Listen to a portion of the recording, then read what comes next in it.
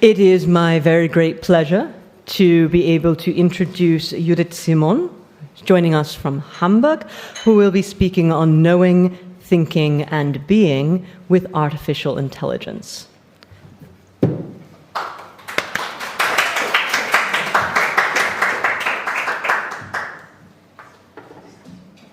Thank you very much. Thanks also for the invitation. When it came, I started thinking about how to best relate what I'm normally doing to the notion of judgment. And I also recognize that I have a strong hesitancy in judgment, regarding judgment. And part of that has probably to do that I came to philosophy only as a disenchanted psychologist. So I came as somebody asking questions about methods in psychology and being unhappy with some of the claims. So I always thought philosophy is more the place to ask questions than to form judgments, and then I only learned throughout the time that people see this differently. But it still explains a bit my hesitancy towards the notion of judgment.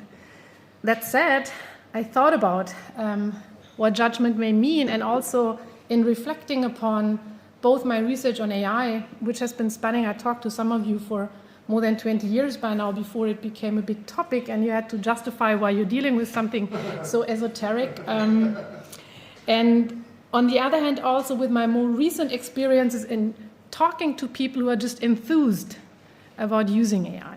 So that was in the back of my mind when thinking about how to relate AI and judgment. So this is straightforward, the outline of my talk. I will first talk very briefly and also reflecting on yesterday and the day before on what good judgment may mean and require. I will then introduce AI, judge AI, and talk about AI and human judgment. And I will conclude with a demand to resist the seduction of frictionless. And I hope what I mean by that will be obvious when I come to the end. So something that I thought about, because I'm not only somebody researching AI, but I'm also a university teacher. So I've been reflecting on my practice of being a university teacher who has to do exams and who wonders on how to set the parameters so that students are still reading and writing and researching. And I thought it has a lot to do with practice. And I was unsure on how to set the incentives so that there is time and interest in practice. And the second I thought about is, and all of these three things may resonate with all of you from the last 2 days' talks, because the notion of experience and practice, as well as the recognition of individual subjects and subjectivities of both the ones judging and the ones judged, and the attention to the particularities of both the situation and the context, I think, were emphasized in a number of talks. It was emphasized in the talk, in the talk on dance. It was emphasized in psychotherapy, in literature and literary criticism, and also in the law. And so I realized that probably it is these sentiments that I had on the notion of practice, on individualization, on particularities that may be actually quite central to the notion of judgment. So I'm giving you the argument already in advance, so you can actually skip the rest of the talk. But what my argument is basically going to be is the claim that AI negatively impacts all these prerequisites of good judgment by maybe causing a loss of subjectivity and individual experiences, a loss of cognitive practices, a loss of context, and a loss of experiencing friction. And I'm going to focus at the very end that I think this has epistemic, ethical, and political consequences and harms resulting from that. So I'll spend the next 30 minutes substantiating this claim. So let me start by introducing AI. So as I said, I've been working on something called AI for about 20 years, but in the recent 2 years, everybody wanted to talk about generative AI. So this was a result of the emergence of ChatGPT. It was the moment when the interest in AI drastically arose amongst the non-specialists, let's put it this way. On the other hand, and we just discussed, I normally ask who has used AI today, and then very often it depends on the audience, only few people say because they think of AI as ChatGPT. But put differently, AI, differently understood, is in many technologies that you probably have used today. The moment you have used your smartphone, you probably used either your fingerprint or facial recognition technology in order to even open the telephone. You may have used search, you may have used Siri, you may have used route planning, you may have passed through the streets where facial recognition technologies have been deployed. So other usages which you can see on that not random slide are also the use of AI as decision support tools in many domains, be it in the judicial domain, be it in teaching and learning, be it in predictive policing. So what is it then? What is AI? And I think I usually try to distinguish and say, well, the first answer to what AI is to say it is a discipline. It is a scientific discipline which emerged in around the 1950s at the intersection of mathematics, computer science, cognitive science, psychology, linguistics. And the focus was on how can we simulate with machines behavior which, if done by humans, would be considered intelligent. The goal was twofold. It was an engineering goal and a scientific goal. The scientific goal was also the premise that you could understand something about human reasoning and intelligence by replicating it.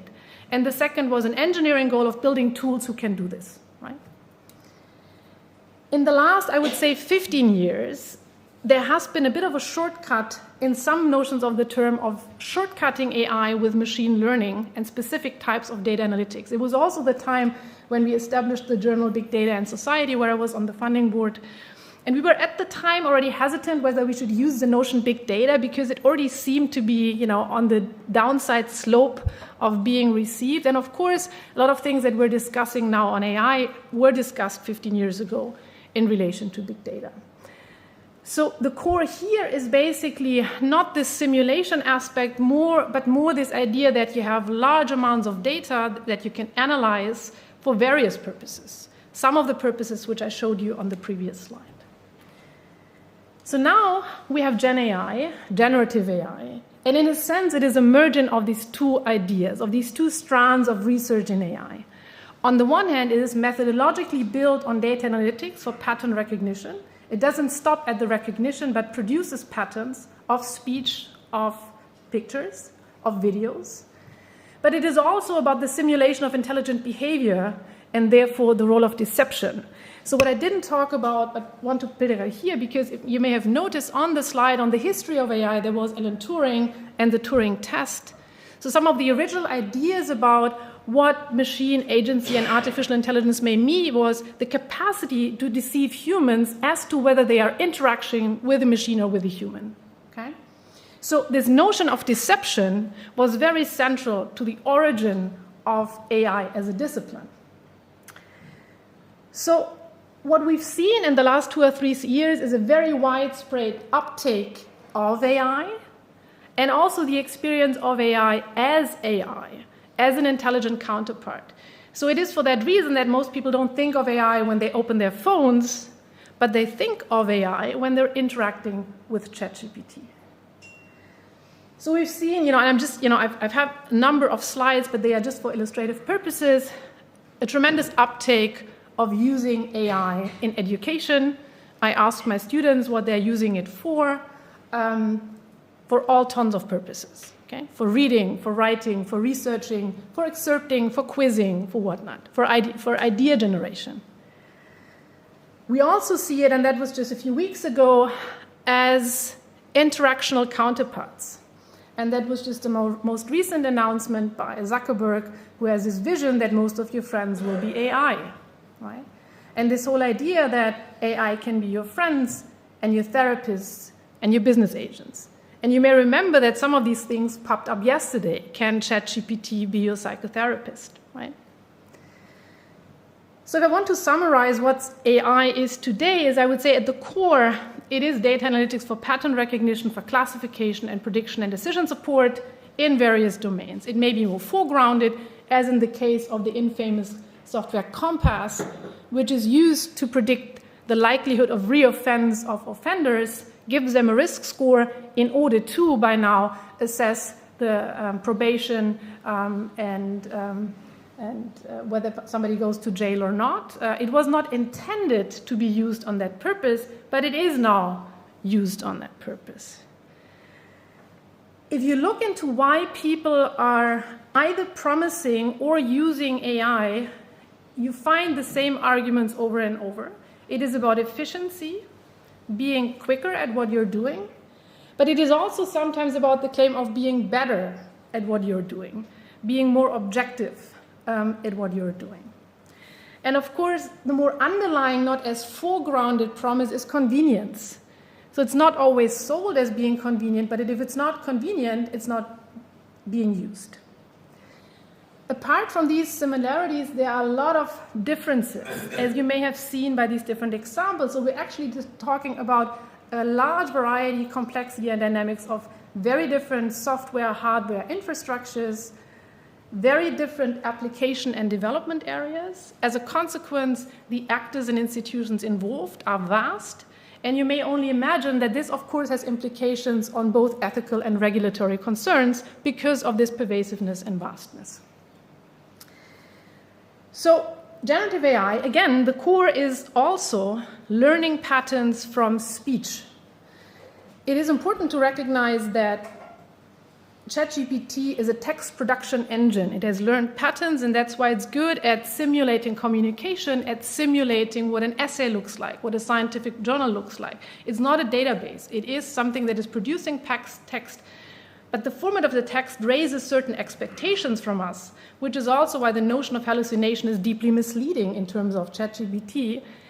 They are producing references just as any type of string. It's just that we as humans usually think if there's a reference, it references to something that exists out in the world, but that's not the case.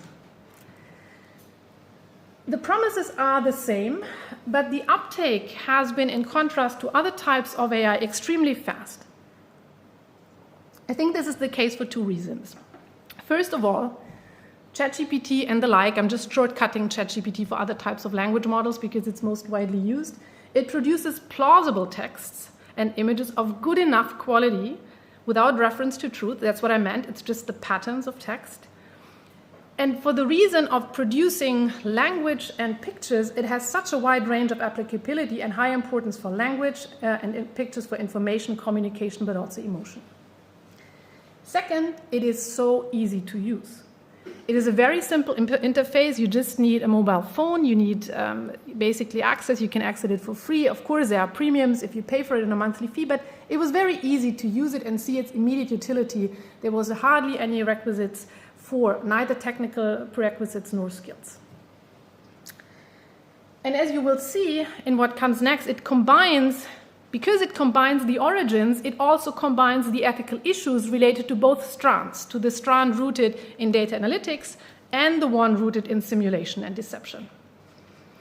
So what I want you to memorize for now, before I go to assessing AI, is that AI has at least two roots. It has one root in big data and statistical reasoning, but of course it is not any longer about means and standard deviation, but it is about profiling. So it is about more unique predictions, but they are still not about you. They are about your data as overlain with other people's data who are similar to you. So it is not about means, but it is also not about you, even if it's targeting you as an individual.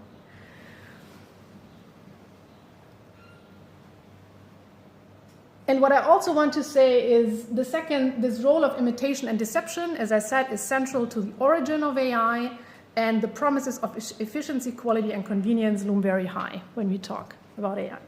So let me turn to judging AI. I'm drawing now on two papers, and I'm just not presenting them, but I just want to tell you these are the two papers I'm drawing on. And I'm just saying a few words about the first one, which is a report by the German Ethics Council on humans and machines, challenges of artificial intelligence. And I'm giving you a timeline for a reason, okay? So we were tasked with dealing with AI by the German Parliament. In March 2020, we established a working group in August. Of course, something happened between March and August 2020, which kept us busy making judgments on a daily basis on things such as triage, who should get vaccinations first, and who should have a duty to vaccinate later on. We finalized the content in November 2022, and of course what happened then? ChatGPT came on the market. So imagine writing a report of more than 400 pages on which 24 people have to agree, right? And then this new technology coming out that basically surprised almost everyone, including me, despite the fact that I'm co-supervising 2 theses on large language models, okay? So I think the uptake was a surprise, even for people being in the field. I'm not directly in the field, but I should have known enough to not have been surprised, but I was, and it was for these 2 reasons that I outlined before. I'm just giving you a bit of a sneak preview of that. So what we focused on, the whole report, as I said, is more than 400 pages. The first part is about the technical but also ethical and anthropological foundations of the report, and I just want to focus on something. So what our line of reasoning, the red thread was, if you wish, was to say, look, what happens if we're delegating tasks that were previously done by humans to machines? How does it affect human agency? We also call it authorship, interestingly. How does it play back on humans once we delegate this? What are the implications also for agency but also for responsibility? We looked into that in 4 different sectors: in medicine, in education, school education, in public communication, opinion forming, and public administration. So I'm just giving you this as a bit of an idea. Within medicine, we looked for once into psychotherapy, pre-ChatGPT. In public administration, we looked into social welfare systems and to what extent also profiling and risk assessment. So all we focused on is also what the European AI Act focused on, namely AI as decision support systems, right? This was the whole focus of both this, but also the lawmaking at the time. And the next slide is very full, but I will walk you through these different issues, because the third part is what I want to stick on. And these were what we call cross-sectional themes or overall recommendations. And there are 10 of them, and I'm going to walk you through some of them. So the first is this whole block about topics that many people who deal with AI ethics have been discussed for a long time. Issues related to privacy, to bias and discrimination, to a lack of transparency. So what's meant by that? So I usually ask, who of you has a phone with them? Who has a phone with you? So if I just know where your telephone is at what point of time without know anything about what you're doing with this phone, I already know tremendously a lot of you. I know where you live, I know where you work, and now how you get from A to B, because the patterns of timestamps and location stamps reveal a lot about your daily practices, about where you're living, where you're working, what your hobbies are, etc. And with this, I don't need to know anything about what you're doing content-wise, just where it is, because you probably carry it around with you all the time and not just here. So now, in the background of these technologies are companies such as Axiom, Oracle, tons of others, whose business model is it to aggregate these data points, and not just location-based data, but also data about your credit cards, about your reward cards, about your whatever you do online, what you're watching, what you're clicking on, when you're clicking on, how much you're paying. This is a picture by Wolfi Christel from a report from 2017. I just find it very nicely illustrated, because what it already says back then, that Axiom provides up to 3,000 attributes and scores on 700 million people in the US, Europe, and other regions. So chances are very high that you're one of those, and it makes predictions. And it's not only about the data gathered about you, but about the predictions and inferences made possible because it has so many data of so many people. So what is also important is that this is not only gathered, but of course sold. That's the business model. It's sold to, of course, advertisement, but it's also sold to insurance companies, etc. And if you look at, it's also used to target products to financially vulnerable people. It's much easier to sell somebody an overpriced credit if you know that they are dearly in need. And this is something you can extract from the patterns they are leaving throughout their lives.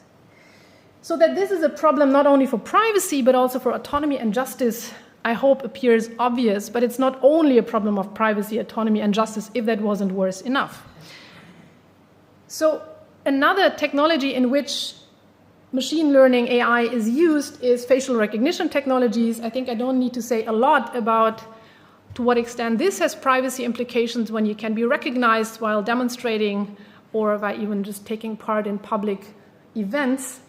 And this, of course, is again a problem of privacy, but it is also one of justice. Why? So what could be shown for facial recognition technologies is that they don't work the same for everyone. So if you look at this was a study by the MIT Media Lab. So this is about the accuracy of facial recognition technologies, Microsoft Face, IBM. And what you can see is that the gold standard is the white male face, where the accuracy is between 99.2 and 100%. Whereas it drops dramatically for darker-skinned female faces, dropping down to 65.3%. So this is, of course, you may say, an epistemic problem. You may say, well, isn't that nice for your privacy if you get misclassified? The problem is the moment you use these types of technologies in public spaces, it's always the same people who get misclassified more repeatedly, right? The problem is also that this biases, what it's called, do not only exist in regards to facial recognition technologies, but in regards to all database systems, if nothing is prevented for them to just replicate inequalities and injustices that exist either in society or in the databases that they have been trained with, and they don't need to necessarily be the same. So I'm just using these as examples. The Compass case has been very infamous for showing that it severely discriminates against Afro-Americans. We can go in the discussion into the reasons for that and also into some of the explanations of how this works. The same, an Amazon tool for hiring was scrapped to be sexist, and the same is, of course, true for large language models, which shouldn't surprise anyone. If you train models on anything found on the internet, right? Of course, it will be learning all the stereotypes, all the injustices, everything that is also written on the internet and in all the material fed in there. So I don't know whether you came across, so you may think, well, this has been recognized. There's actually an active community in computer science working on bias mitigation, on trying to measure biases, on trying to mitigate biases. And I don't know how this was about you, but this was the moment when this came out that the Frankfurter Allgemeine Zeitung called me, which doesn't happen all the time. It happens every once in a while, but not that often. But this was the moment when there was Gemini. And you may recall that there was a public debate or public outcry, you might say, when Gemini, the picture generator of Google, depicted German Wehrmachtssoldaten as depicted here, and also the founding fathers of the US as not necessarily white male persons. So the question, of course, was, and I'm paraphrasing a bit, have they gone too far with their woke debiasing of AI? Isn't that political? Okay. And the problem, of course, is whether or not you do debiasing, it is political. Not doing it is just as political as doing it. It's just either accepting the status quo or trying to change it. The problem is for each and every decision, you need to make a decision and justify why you're doing it.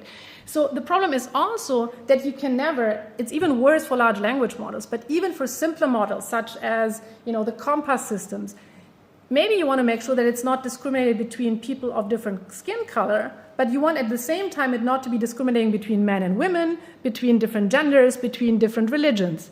You can't optimize mathematically for everything at once unless you go random, and then you don't need to do machine learning, okay?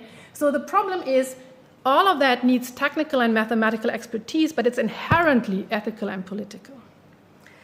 So let me move to another one, and the other ones are quicker. Another point that we wanted to focus on is we're increasingly relying on technologies on our daily basis, and I'm pretty sure that, especially in Germany and Europe, this dependence on a few companies has become quite obvious and subject, on the one hand, of intense debates. It doesn't lead to anything. People are still relying on Palantir for the police, which they shouldn't.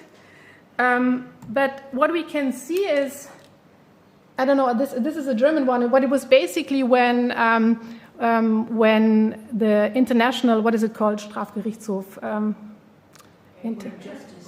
International Court of Justice was locked out of his Microsoft email accounts, right? That should make you think. to what extent you're relying on companies who can basically give you access or deny you access to everything you want to work on. So let me return to one of the founding questions which we addressed in the Ethics Council report, the question on what is the impact on agency, on competencies, on autonomy and skills. So remember I said, students are using increasingly ChatGPT. This is just one random study that is being used. I think if you just ask your students or other colleagues, they may say that what they are using it for. This was what they listed, research, text analysis, exam preparation, language. I don't want to even read the list, but you can imagine the moment it is producing language, right? It is used for all of these different tasks. And you may want to ask yourself what it does if you're not only using this to improve your writing and your reading, but to increasingly delegate it, right? And using it to improve something means that you have had the capacity build up before you're using it. Okay? So another point that I want to emphasize, and that was important for me to put also in the Ethics Council report is, and also for other people, is to think about what it means in general that we are relying so much on statistics and statistical reasoning in many domains of life. Of course, this is not new. It has existed both in science, but also in insurance policies for a long time. But the logic of thinking about other people in terms of their data and making predictions on past actions, not of them, but of them in relation to other people, is much more pervasive right now. So I'm again just using these examples to say that we're making data-based decisions about people in many domains on a daily basis, be it in medicine, be it in social welfare, be it in the judicial part, but also be it in dating. So this is about a certain way in which our ways of thinking about individuals and about societies are warped in an understanding that it is okay to approach them not as unique individuals, but as data aggregates. One of the conclusions one of the recommendations, and I give you only two of them to also give you a bit of a taste of the granularity of the recommendations we are making, was one in the field of public administration. And of course, what we're writing here is not only true for public administration, but for other domains as well. But what we wrote is that the increased standardization and general categorization of individual cases associated with automated decision-making tools must be questioned more closely and supplemented by considerations specifically related to individual cases, the more intensely the decision concerned affects individual legal positions. And further, because we know that people have, and that has been studied tremendously, people over-rely on the predictions of software. They over-rely on risk scores, especially if they don't know how they have been calculated. If I talk to my data science students, they are a lot more skeptical because they know about all the decisions, about everything that is gray in real life that has to be made black or white when you put it into a database. So the less you know about the processing, the more you have a tendency to over-rely. And the question is, how can you not only signal the level of accuracy, but also prevent this automation bias, for instance, by a requirement to provide reasons if you follow recommendations rather than when you're deviating from a recommendation of the software. So I only want to turn for one aspect to the other paper because, as I told you, the Ethics Council report came out before we dealt with generative AI, and I will be ending soon. The risk of quadruple deception. So because I think this is something, remember, deception is something that was at the core. So the first type of deception that we can have in regards to generative AI is a deception regarding the ontology of my counterpart. Is it a human or is it a machine, right? If I'm interacting with something, I may not know what it is. But the problem is it doesn't stop there because, as was mentioned yesterday with Eliza, mapped on Roger's psychotherapy, in a sense, a very simple DOS-based interface, people already started to attribute empathy, understanding, wisdom, or consciousness to these very simple technologies. And you see, of course, the same now as well, increasingly. And you don't really know whether people believe it or whether people strategically say it, but it is true that people are sometimes experiencing as such. The third type of deception is deception regarding the content produced. And we're not only dealing with fake essays, but of course also much more concerning about fake news, fake information of much more political relevance. And I think this is also something which doesn't come as a surprise. I want to mention the last deception, which I think has been less discussed, but is, I think, just as important, is deception regarding the function of AI. Because ChatGPT has been heralded as the future of search, despite the fact that it has nothing to do with search.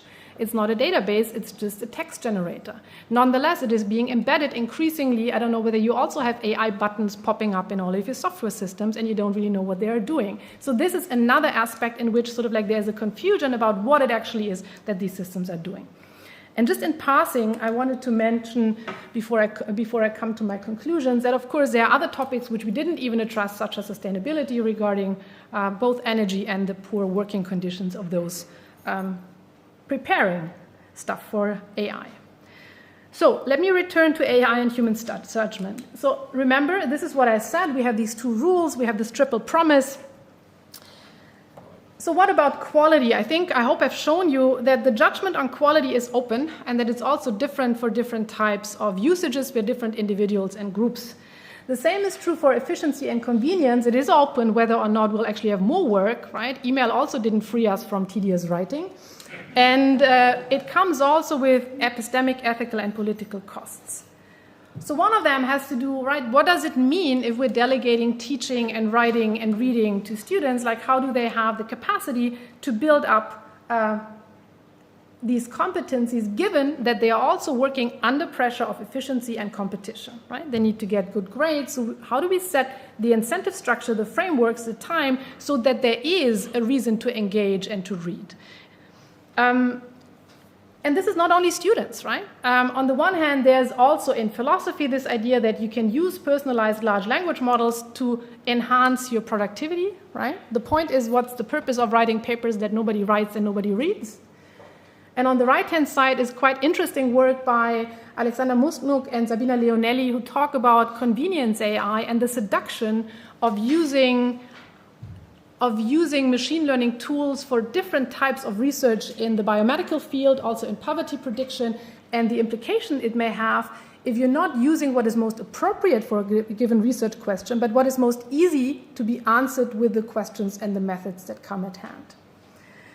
And of course, return back to Mark Zuckerberg and the question of whether AI friends can address the pandemic of loneliness. And the same promises, and again, this is also nothing new. This is why I'm, looking to all. There are also promises of using AI and data-driven technologies in politics, and there's of course a long history of using statistics to guide governance. So there's nothing wrong with that. It's just the question what the role of it is in political decision-making processes. So this is my last slide. What I want to urge is, I think I said, it's not the last slide, this is the second last slide. So that's again a repetition. That's what I thought good judgment is, and I hope I could show you that AI can challenge some of the prerequisites of good judgment on these grounds. So what is it, the seduction of frictionless? I think on the one hand, it is the efficiency, the convenience, and the good enoughness of large language models versus the hardness of writing, reading, and researching. It is the emotional and communicative warping of personalized AI companions versus the frictions of interaction with other human beings. And it is the efficiency and slickness of technocracy and algocracy versus the tediousness of democratic processes. So if that's the case, what are the consequences for knowledge, human relations, and democracy? I think what we see is singularization instead of the proclaimed singularity. We see personalization without persons and individualizations without subjects. There is a disregard of individuals and their uniqueness, and it has its origins in the origins of AI as a discipline. I fear there is a delegation instead of practice, a loss of reading, writing, and other cognitive capacities, and of course we discussed this also over dinner. The question is, what is the relevance for knowledge culture, but also for democracy and the rule of law in societies in which writing and reading are so central to what we have been doing for the last centuries. So what about resistance? So the problem is that singulars without knowledge don't know their rights, and they don't unite to fight for their rights and against oppression. So why should we resist? Because I hope to have shown that there are severe epistemic, ethical, and political harms of frictionlessness as is now possible. But the problem, of course, is who can resist, because I'm consciously not using generative AI as of now, but the question is how much longer, and I'm afraid the only reason I can do so is because I'm a tenured professor who can't get fired if I don't publish enough. And I just want to remind you before ending that this all falls under the heading of a merging of economic, technical, and political power that we're seeing, because many of the technologies we're using, they are not by coincidence the way they are, right? They are pushed by people who share a disregard for knowledge, not for themselves, but for the masses, and for democracy, because if you're powerful, then this is what you want to get rid of. And with this, I'd like to thank you for your attention.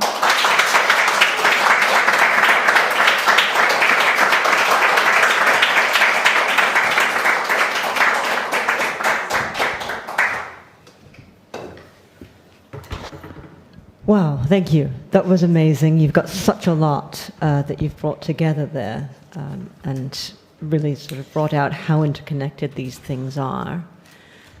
I will take questions. I'm going to start with you, please, madam. Sorry.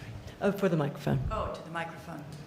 Yes, thank you for this broad analysis. And I want to start at the end with the frictionlessness, the seductions of frictionlessness, because that seems to be a solution to a problem that the introduction of digital tools has also created.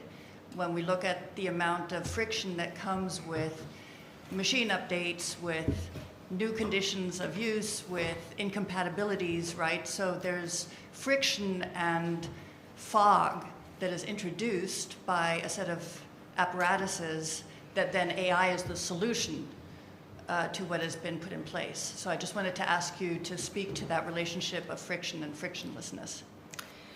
So you're right that this is, of course, nothing new. And if you look into the history of digitalization, both trends are in there. There have always been these views of these smooth surfaces. From the beginning of discussing ubiquitous computing, you didn't see any cables from the notions of the cloud, which seems to be up in the air, but nothing to do with the hardware and the impact it has in certain places. So it is on the one hand a narrative about frictionlessness, is on the other hand the seduction. One of the reasons I myself are using, for instance, and I'm just we're off from recording, I hope, but sort of like Apple, etc., is because it is so smoothly integrated, right? And I'm amongst the same people trying to avoid the friction, right, of all of these technologies. So you're right in saying that, of course, for instance, the increase of available information has also increased the need for search engines as a way of cutting through this again. So in that regard, there's also this competition between technologies creating, well, not chaos, but more, and then you need something to navigate through this. But I think there is a lot, as users and consumers, under the premise, especially of efficiency, we don't have the time to experience friction on a daily basis. And I see the same, and I hope I'm not going off too far off the rails, but if we're seeing these ideas about debureaucratization everywhere, right? This is also a lot about reducing friction. And I've worked also in Denmark, and as much as I appreciated things going there very smoothly digitally, I was also very German in feeling I don't feel so confident about all of this being integrated, right? Because the moment things are frictionlessness, they are also much more prone to being hijacked by fascist takeover. So, these are the things that I'm struggling with. I don't have any answer to that, but it's the background of my thinking on that. Thank you. Susan?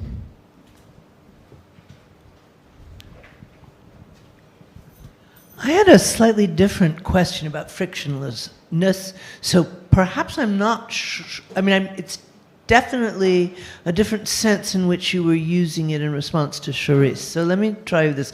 I should say, I'm not quite a Luddite, but I'm a very low-tech person. I'm always very slow to reluctantly even, fool around with any of these developments.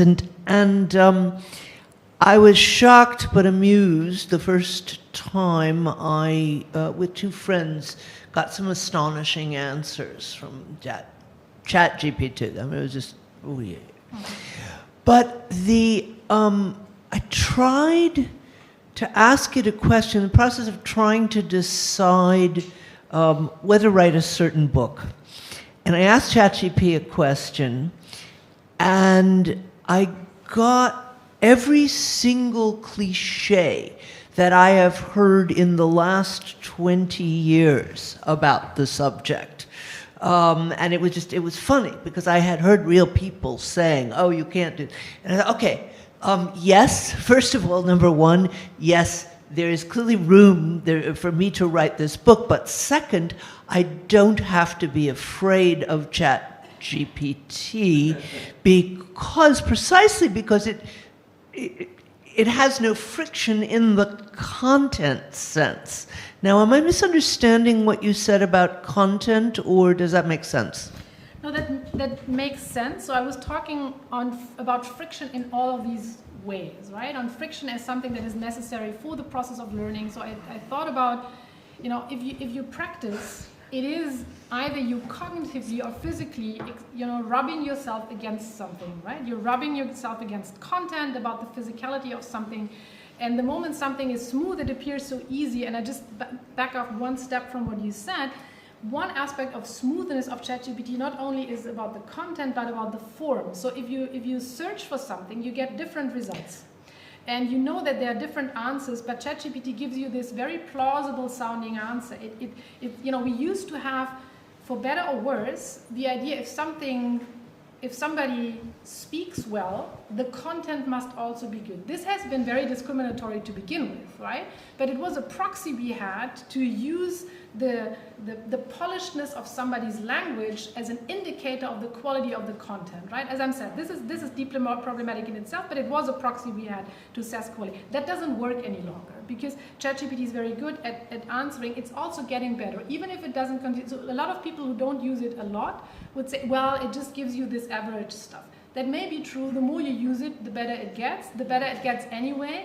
And it's not that you're competing with ChatGPT, but you're competing with other people using ChatGPT increasingly in smartly ways that are adapted to their needs and the system learning themselves. So this would be my response. I think it's not that I'm not afraid of ChatGPT. I'm just afraid of the effects it has on learning, on knowledge production. And as an editor, I'm seeing these half-baked papers that I'm sending then out into review, and then I'm, because otherwise I would need to check. For one paper I now checked, the references were all wrong, they led into the void. So what I'm trying to say is this is the context of epistemic confusion, if you wish, right? What to do with these technologies. So this is what I'm more afraid of. Good. Franziska. First of all, I want to say thank you for a very illuminating talk. Oh, yes. And I have a question. You said we need to be resilient, or we need to show resistance. And but you also said that your students who know how these things work are much more skeptical. So I wanted to ask, if not for maybe we are lost, but for further generations, wouldn't the solution be to really teach them something about how this stuff works? And also, we've also seen during the pandemic, most people didn't get what the statistics mean. That's not the fault of statistics, but that's the fault of mathematical education. And I want to ask if that's not the same problem here. So, two things. On the one hand, my computer science students know more how it works, and they know to use it mostly more appropriately by using it as text production tools and not as necessarily a database. Okay? So in that regard, you may say understanding how it works makes you a better user of it. Still, the notion of practice gets undermined if you're delegating the writing process and just do the read. So that's what I'm trying to say. I've also discussed with them, so many of them use it for programming, and then the idea is, especially my colleagues say, I actually now do a little bit more programming because I just do the quick bug. It's much quicker. I just do the bug fixing. I check whether it's fine. And I was asking, how much coding do you need to have done in order to be a good bug fixer? How much experience do you need to have with code to see where it's wrong, right? To see where the flaws lie. So on the one hand, I would say yes. The more you know on how it works, the less you are victim to certain misusages, but you're not prone to the other ones that have to do with the fact that it is disincentivizing the practice of doing things and learning things. And I don't see how this is going to happen in a context in which we need to do grading, in which people are competing about grades, and in which people are competing also for efficiency. And my fear is that those who are more well off, have the time because they don't need to earn money on this side, and for that reason they may be able to be the ones who still read books, whereas the others need to be quicker because they need to work. So it may be, it doesn't necessarily need to deepen a digital divide, right? There are ways in which it could be used differently, right? For instance, helping you in training. I'm just saying the incentive structure, which is not inherent to technology but to the economic surroundings, is stuck against it. Good. I just want to say I've got a number of hands. Yes, I see that, but we also do have time still, so I will get to you. Glenn, you had a question. Actually, 2 observations. It was a really fantastic talk. Thank you very, very much. The first one is about frictionlessness, because I think that one should reflect more on why frictionlessness is seductive. I want to suggest 3 reasons why it is attractive, not to me, but to other people. One is that if there's friction, you lose time. The second is that if you have friction, then you get distracted from what you really want to the things that are interfering with that. And the third is that if you have friction, you get frustrated.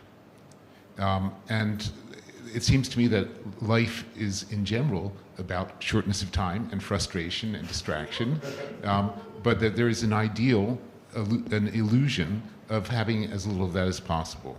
And so I think what we need to look at is why frictionlessness is attractive to many people. Second point, I'm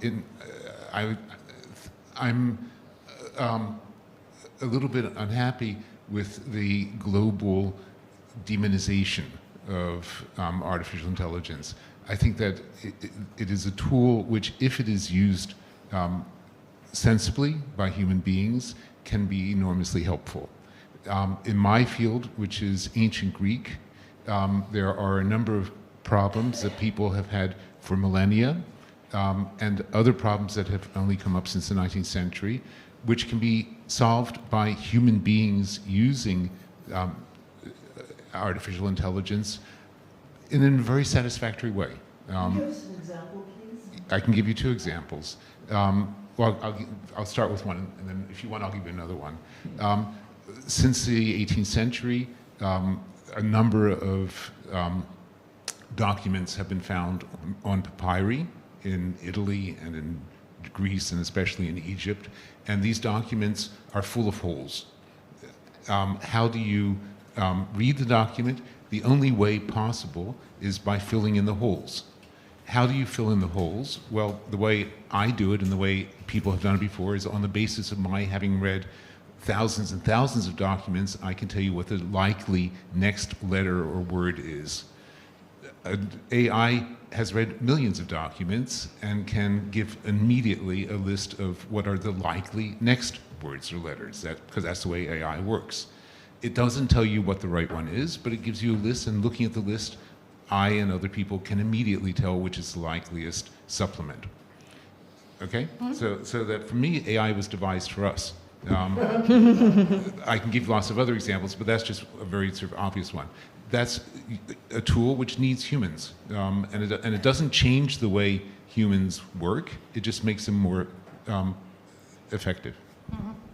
So on the first one, I just agree, right? I mean, and the losing time, getting distracted, getting frustrated, they are behind this, this whole idea of being, creative.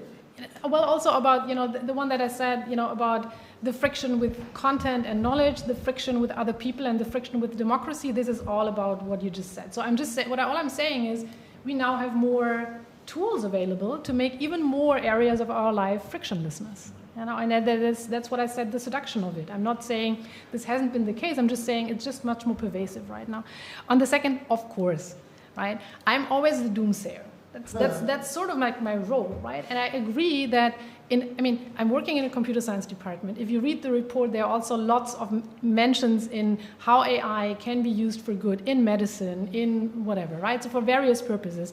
I would not undermine this. I think most of the good examples come from more specific AI. So many of the cases that, remember that what I discussed at the beginning? So there's a lot of emphasis now on Gen AI. Most of my criticism is targeted at Gen AI. I'm just trying to delineate some of the rationales that come from other types of AI. So that was the logic that I was trying to say. Most of the criticism about frictionlessness, the frictionlessness came in principle also mostly into play with AI, and that's with Gen AI, and that's something you can see from uptake, right? The uptake of other types of AI tools, which are very specific tools, are usually very cumbersome, right? Very often. So it is mostly of these claims are about generative AI. And even if it weren't, I would still want to see the net cost and benefit, right? And that is something I'm still puzzling with. So, but I don't deny, otherwise my colleagues would be super mad at me. Does that matter? Yes, it does. I would want to just insert a small comment because it's related to what Glenn brought up.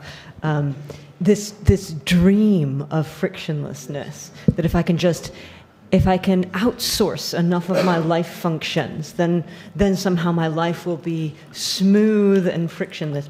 It's very old. It has lots of roots as an ideal. There's a very nice critique of it, of this ambition by Gandhi 100 years ago, right? That this sort of ambition to alienate the life functions is actually really problematic for what it does to you. Yeah. And I just want to mention one of the things we thought we could never alienate was something the Stoics pick up, right? So Epictetus says, you can shackle my leg, you can, confine me to the house, you can do all this, but you cannot shackle my thinking, my thought. And I think that one of the things that's startling about this is people at least having the experience that actually I could outsource my thinking. Yeah. I could actually do that. No, absolutely. And most of the things that I said are not new, right? All of them have it depends a lot on how, again, you need to make judgments on what to fit into your talk. And of course, sometimes I start much earlier and not with Turing, but with lots of previous, visions of AI that were either missing the mechanization or the formalization. So, there is lots of, also in that regard, a lot of predecessors. In a sense, it's also about bringing across a narrative, in a sense, but I totally agree that there could be other stories that that feed into the same logic, both for the frictionlessness and for the other concepts. Yeah. Ben. So I'm a historian, and I confess I've never used ChatGPT, and I don't really know how it works. It's very useful for me to know that it's a text generator and not a database. But it seems to me that the delegation of trust to something else, which you don't quite understand, is at the core of many of the things that you talked about. One of the things we have to convince our students to start with is not everything in print makes sense. And they should treat it carefully. But also databases, which had started to replace the old way of getting into a dusty underground library and looking at old journal runs, that most databases won't think laterally with you. But is it possible that AI has now the ability to think laterally in a way that is better than the older databases, and that might be an attraction? Or is that just another way that we think that technology that we don't understand is doing things for us and we delegate it? And the last point, which I think is connected to what you said about fascism and the dangers of it, well, the people like Wilhelm Reich or perhaps Erich Fromm were talking about an escape from freedom and the ability to delegate your judgment to a safer authority as the basis of losing yourself in a fascist system that makes your decisions for you. That's it. Yeah, for the first one, can you tell me again what you mean by thinking laterally? Because I didn't get that part. Well, so if you put a word into a database. Yeah. And the word might be an abstract noun, and it would connect to a whole lot of other abstractions which usually come together in clusters. Yeah. But your search will render you that abstract noun, and the clusters will come from your own experience in knowing that the other terms tend to appear in the text you study with them. Yeah. And that cluster, which now you can actually look for in some forms of databases, I think people who know this, I've never used it, is they say Python can do that for you. Yeah, I mean, underlyingly, of course, that makes sense because it is finding patterns and relations of words which are underlying the logic of producing also text. So in that regard, it may plausibly make sense. I mean, in the last article, which I didn't discuss, I'm diving into the notion of deception and trust and exactly these types of questions. And in that, I'm also saying, of course, everything that was fed into, I mean, everything else you find on the internet is also not necessarily true. So I'm not saying it is an entirely new phenomenon, but it's just putting another layer of potential confusion on top, right? Because if you think of it, I mean, getting true information on ChatGPT, epistemologically speaking, is an instance of epistemic luck. Right? Yeah. Because it can happen to be true, but not because the process of generating it was true, but just because, right? I mean, so in that regard, I think this is important to keep in mind. And if you're using it in order to, you know, especially these, I mean, there's also discussion to what extent ChatGPT has understanding, and of course a component of understanding is understanding the relations of words and concepts, and this one, of course, it has, right, in a certain sense, because due to having read so many texts, it can link the notion of a tree to an oak and to a plant, right? Sort of like these different types of, just to give a simple example. So that of course is true, and I mean, the delegation of judgment, I think in principle there is a seduction of because it is so much, I mean, Ted Porter has written on trust in numbers as well, and from a very different angle. What I'm trying to say, there's also, numbers make you not only communicate things, but also justify things, right? And, yeah. Good, yes. 3 or 4 years ago, Elon Musk gave an interview in the Welt am Sonntag, and when I remember right, he said that maybe in the future, the human being will be able to remember, to choose what you want to remember. All the past is in a cloud, and then the human being will be able to say, I want to remember when I was 5. That is now what I add as an example, how I understand what he said. I want to remember when I was 5 years old, my birthday, and then I choose it, and then I can remember it. So that's what Elon Musk said 3 or 4 years ago in a newspaper, maybe as a kind of future vision. And my thoughts to this are that right now computers and robots, they adapt human being behavior, but my fear is that in the future, the human being becomes the robot. So, and when the human being becomes the robot, because of all this AI technology that will be linked and combined with the human brain, then the concept of human and humanity will be completely lost. And so I think that AI gives a lot of prediction what we like and what we like or what we want to read. So this prediction of AI will replace the human will. So the concept of human and the human will in the future will be deleted because AI will be linked to the human brain. That's my thoughts to what Elon Musk has said.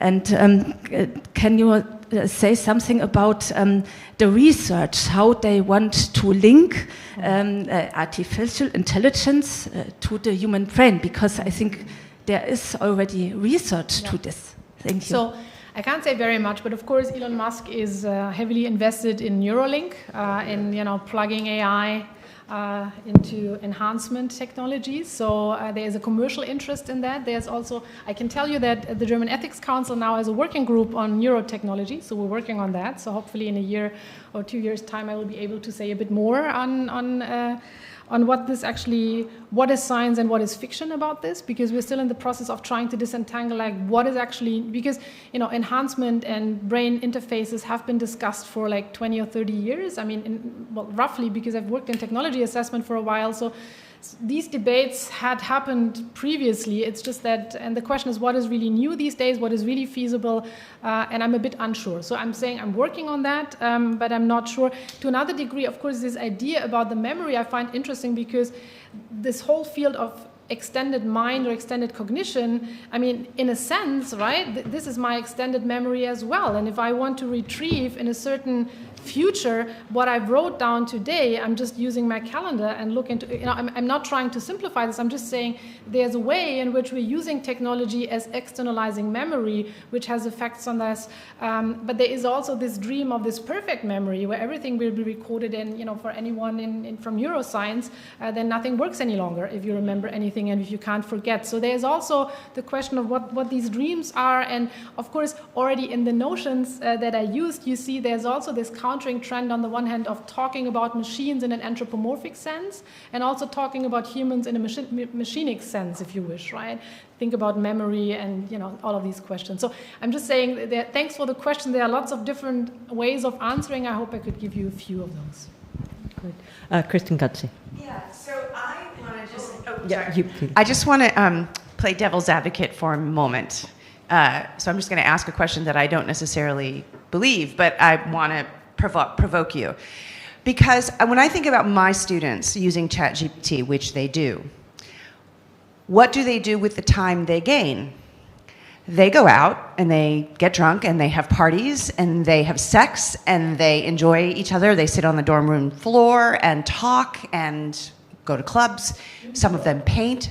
Not all of them doom scroll, though, right? So the problem seems to me that it's capitalism. It's what you said, right? The commercial interests. It's the fact that we are competing against each other for this frictionless time because other people are using it and then they're creating value.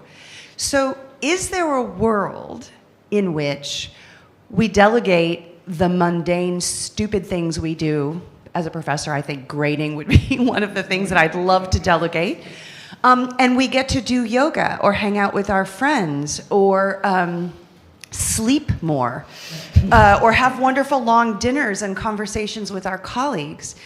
Is there a vision of AI that is not about cognitive decline or cognitive outsourcing or some kind of, ethical abyss, but a vision of AI that is actually we get to be more human because we have more time to do the things that make us uniquely human? Mm-hmm.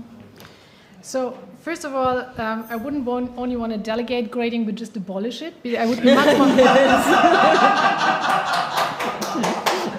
I would be much more comfortable of not having AI do it, but just not having to deal with it, right? So that is one thing. The second, this vision of AI, I don't think we will see this vision of AI becoming real on mass scale because of the inherent economic and technical nature of these systems. So what I mean by that is these systems function well because they are so large, because you need a lot of data, you're basically cannibalizing on any content out there. So it needs tremendous amount of resources, and we see a lot of concentration in the hands of few companies, and if newcomers pop up, they get bought up by these companies. At least that is something you can observe. It's similar to what you observed in other domains. It's not that it's impossible, it's just given, and I'm not an economist, so I'm happy to be told otherwise, but my feeling is given current economic situations, it's not going to work. For one, because of this necessity for large language models to generate these large amounts of data. Second, because of the way we are paying for these services, namely through our data. So if you think about, let's say, chatbots, and they can be these friend chatbots, or they can be grieving, they're chatbots for mourning, right? And what are the ways of paying for that, right? Either you pay through the data you're leaving, meaning the companies have an interest on keeping you on them as long as possible, because the longer you're on it, the more traces you leave. Or you pay by subscription. Again, think of the mourning chatbot. A process of mourning is actually at some point letting go. Not entirely, but reduce, right? I mean, sort of like it's not meant to just, keep you engaged all the time, but this runs fundamentally against the economic substance of these systems. So as long as we have data as a means of payment for these systems, we're not going to get what we may want. Thank you. Albie Sachs. Yes, first of all, thank you for a very wonderful exposition. I'm a good subject for these things. If you want your ordinary dumb citizen who's very eager but very nervous, you reach me, so thank you for that. I have a question. My question for you is, if you had actually taken the mandate of the task group and instead of spending long, laborious hours researching and arguing, debating, sent the mandate to AI, would their report have been different from your report? Yeah. And if you even try that by excluding evidence of your report, it might be interesting to see how it differs from your report and what you gained from all the friction that I'm sure you had. So we honestly, we have been discussing this also in committees, also in, let's say the Ethics Council, to what extent also you can use AI at least to assist you in certain processes. Because as of now, what I can tell you is, I use this just as an example of a committee in which we are debating and judging. This is very tedious. We would sometimes sit for days and hours debating a single word. I just recall the long debates that we had on a very different opinion paper on suicide assistance, whether the will of somebody to die should be tolerated, accepted, or respected. And this was so heavily debated that for somebody not vested in these words, it's like, this is ridiculous. Like, why are we spending 3 days debate? So this is what I'm trying to get at. So there is the process and there is the outcome. And maybe sometimes the outcome may be better, because probably many of the reports are not very well readable, because somebody needs to integrate and edit the opinions of 24 people, of also writings of different styles. So I think in assessing the impact, it is important to think both of the outcome and the process. And also the process is not as depictable on paper, but in the people having been engaged. So that's why I'm super skeptical of using it in many domains. But I'm also sometimes, of course, very annoyed with the tediousness of all of it. Stephen Kramer. Stephen Kramer. Yeah. Hi. So I just am thinking, despite the complexity of your presentation, that we are addressing the easy problems, right? That is the problem of generative AI that is limited to a large language model. And I want to ask the question about adjacency. What is next? What is going to get absorbed into this that is going to make it more than a language model? And are you already thinking about what the issues are going to be for that? I'm thinking of something. I should probably just stop here. That's the question. But then to say, why not an ability to integrate human judgment and so on? Yeah, so I'm super hesitant to say anything about the future, because it happens always so fast these days that I feel when I say something is coming up soon, it's already there. So I recall when ChatGPT came out, and I was asked about a few weeks later, because there was a lot of media attention at the time, and I then said, well, the next thing is probably going to be multimodal, like text, language, and it was already there. I just hadn't seen it. So it's also that I don't know many things. Reasoning, of course, is but that's also something that is inherent in the developments of AI for a long time. This combination of reasoning, also sort of like embedding different ethical theories into judgments, into these. I'm not saying I think this is a good idea. I'm just saying this is happening, right? People are trying to combine what they think is the best of both worlds, this idea of being data-driven and on the one hand top-down with rules. And again, none of this is new. This is already happening. So that's why I'm sort of hesitant in saying what comes next. I think I'm not even fully aware what's already in the pipeline, so to speak. Of course, embodiment is a component of that as well. Basically, if you already have, think about it. Take my example of the oak and the tree. It's one thing to know how these words relate to each other. The other is to relate the words to the pictures, right? And to classify this also to real world entities. And the third is, of course, being embodied and experiencing things, and the experiencing also in quotation marks. So I'm unsure. Good. We are slowly getting towards the end of our time. We've got 2 more questions. The woman in white here. Yeah, thank you. That was a really interesting talk, very helpful. My question has to do with educating, because that's what I do. And I've watched the university and other universities scramble to try to either push back or get in front of. I have, this is not quite the same thing, but I've watched study abroad generators and brokers began to deal during the COVID with how do we do study abroad remotely, because we're going to lose that ability and it costs a lot to travel, so let's do study abroad without going abroad. These kinds of things. I just received a Hochschullehrer journal which was titled Blended Learning, and the entire journal is basically a set of euphemisms. Very excited about all of the things that we can do with generative AI in classes and such, that they are tools. Of course they're tools, and they're things that we need. I understand that. I try not to be normative, but at the very, very, very end of one of the articles, which has gone into great classifications about how we can understand this in unit and flipped learning, there's a little bit about, well, there is a problem with student work and evaluation. And of course, that's the massive problem that we all face. And my question is really, or maybe just kind of a pessimistic observation.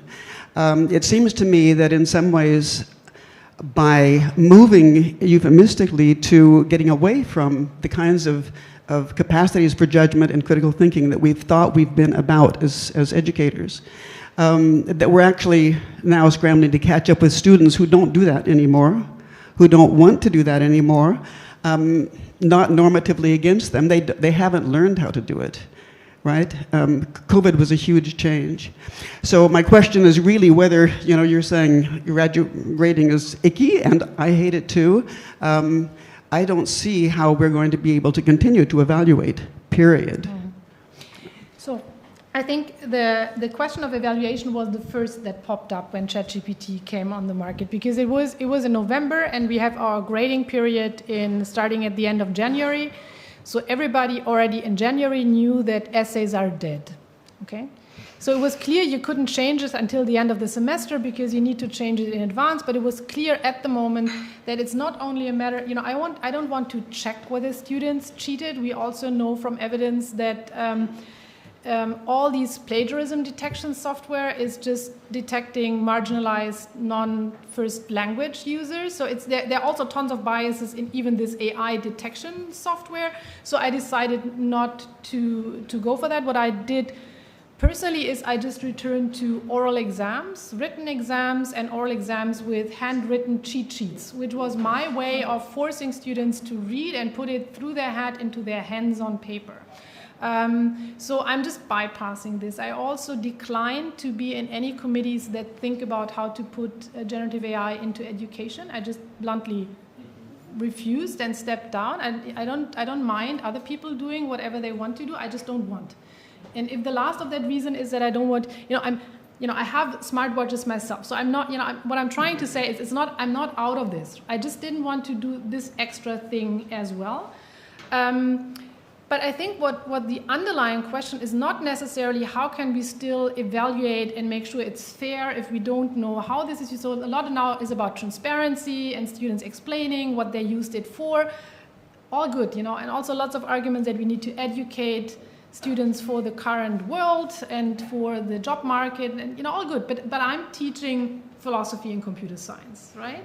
And if I'm being pressured on using that, I'm just saying I'm now reading Leibniz, and here's the book, and that's it, right? I'm sort of, this is a privilege, and that's what I meant. This is a privilege I'm having, but it's not one that many people have. And then the question is, what does it mean? And the underlying question, which I find much harder, is the question, what is education for? And why did we think that reading and writing are important? And if we still think it is important, how can we set the incentive structures such that there is time for doing this? And that may mean having to do it in class. The problem is also that probably many of us in the room are amongst people who find it comparatively easy to read and write, okay? This is not the case for everyone. We also discussed yesterday that people have different means of expressing themselves well. People who express something with dance, this is, you can't just express it with words, and people have different capacities of, there may be people also improving in their cognitive capacities because there are now other ways of expressing themselves. But I think these are the questions we must ask. Like, what are the foundational reasons why we rely on language and speech? And I think it has to do with culture. It has all these traces in democracy and the rule of law.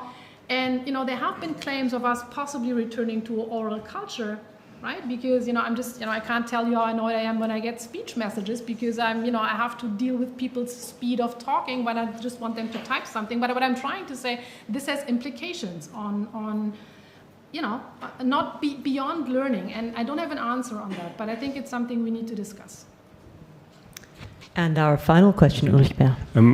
I work in a university as well, and I differ a little bit on this generational sort of scapegoating. I think it's foolish to think that our generation has critical thinking skills. I'm being governed by people older than I am who lack all capacity and have proven and are not the role models. And there's a weird fantasy that we're in the university, we teach critical thinking and all this because we know and do it so well. The previous talk pointed out how difficult thinking is and remains, and it has nothing to do with being young or old, apparently, because very old people approved deliberately, refuse to learn how to think, to apply thinking, etc. So this generational trope, I think, is facile and kind of misleading.